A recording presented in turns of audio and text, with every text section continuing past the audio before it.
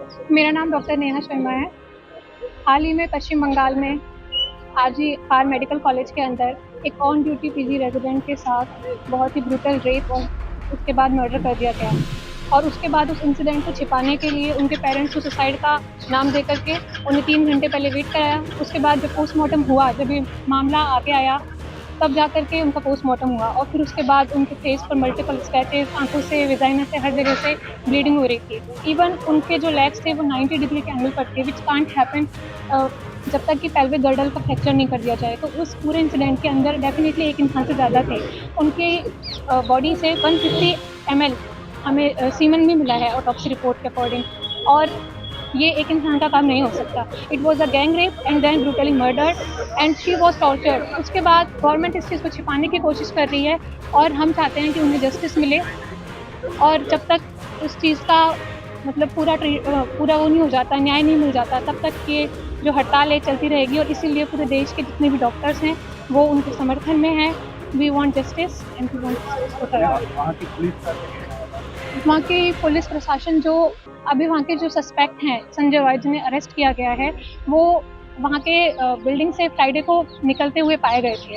और वहाँ पर एक ब्लूटूथ डिवाइस मिला था जिससे उनका मोबाइल फ़ोन जब उन्हें पकड़ा गया, क्योंकि वो थोड़ा संदिग्ध मिल रहे थे, घूम रहे थे, तो उन्हें जब अरेस्ट किया गया तो उससे वो मतलब कनेक्ट हो गया ब्लूटूथ डिवाइस। पर बात यह है कि वो इंसान खुद एक सिविल वॉलंटियर है कलकत्ता पुलिस के, तो उन्हें कभी भी हॉस्पिटल में आने जाने की परमिशन थी। और सबसे बड़ी बात, वो इस तरह की घटिया हरकत करने के बाद में पुलिस प्रशासन का जो शेल्टर होता है वहीं पे जाकर के वो इंसान वहाँ जाकर के सो गया। बिकॉज लॉ की तो हमारे देश में कोई वैल्यू ही नहीं बची है। क्रिमिनल्स इतने बड़े बड़े क्राइम करने के बाद ये जानते हैं कि न्याय तो मिलेगा नहीं, और उसके बाद अगर मिलेगा तो इस चीज़ में कई साल लग जाएंगे। तो वो इंसान इस तरह की घटिया हरकत करने के बाद सो गया। और इसलिए फिलहाल ये जो हाईकोर्ट है, वहाँ के हाईकोर्ट ने, कलकत्ता हाईकोर्ट ने इस पूरे मामले को सीबीआई को सौंप दिया है।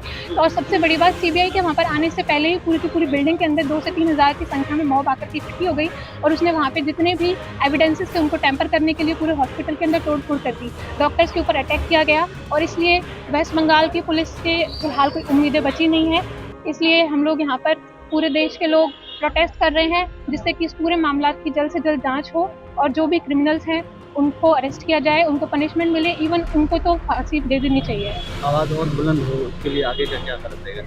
जब तक हम लोगों को न्याय नहीं मिलेगा, जब तक उस पूरी प्रशासन मतलब इस पूरी मामले की जांच नहीं हो जाती और जब तक कि आरोपियों को सजा नहीं मिल जाती, तब तक अनिश्चितकालीन तौर पे हड़ताल चलती रहेगी।